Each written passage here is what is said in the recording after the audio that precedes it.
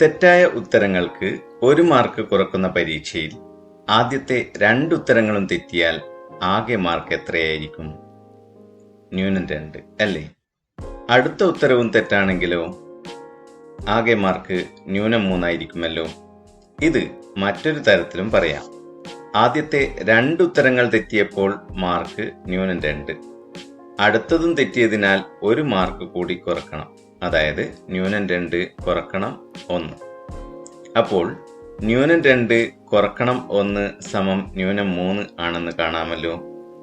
ഇനി അടുത്ത 2 ഉത്തരങ്ങളും തെറ്റായാലോ? ആകെ 5 ഉത്തരങ്ങൾ തെറ്റിയല്ലോ. അതിനാൽ മാർക്ക് -5 ആയിരിക്കുമല്ലോ.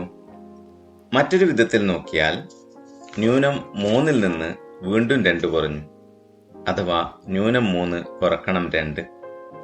അപ്പോൾ -3 കുറക്കണം 2 എന്നത് -5 ആണെന്ന് കാണാമല്ലോ. എങ്കിൽ -5 കുറക്കണം 3 എന്തായിരിക്കും? -5 എന്നാൽ 0-നേക്കാൾ 5 കുറവാണല്ലോ. വീണ്ടും 3 കുറഞ്ഞാലോ ആകെ എത്ര കുറയേണ്ടി വരും? 8 അല്ലേ?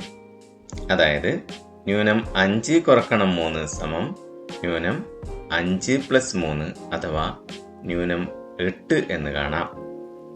എങ്കിൽ -5 കുറക്കണം 7 എന്തായിരിക്കും? 0-ൽ നിന്ന് 5 കുറച്ചു, അതിൽ നിന്ന് വീണ്ടും 7 കുറക്കണം. അതായത് ആകെ 0-ൽ നിന്ന് 12 കുറക്കണം.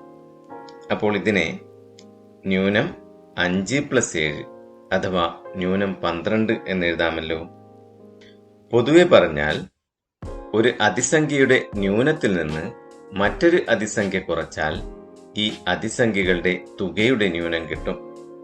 ബീജഗണിത ഭാഷയിൽ പറഞ്ഞാൽ x, y എന്ന ഏത് 2 അതിസംഖ്യകൾ എടുത്താലും -x കുറക്കണം y സമം -x കൂട്ടണം y.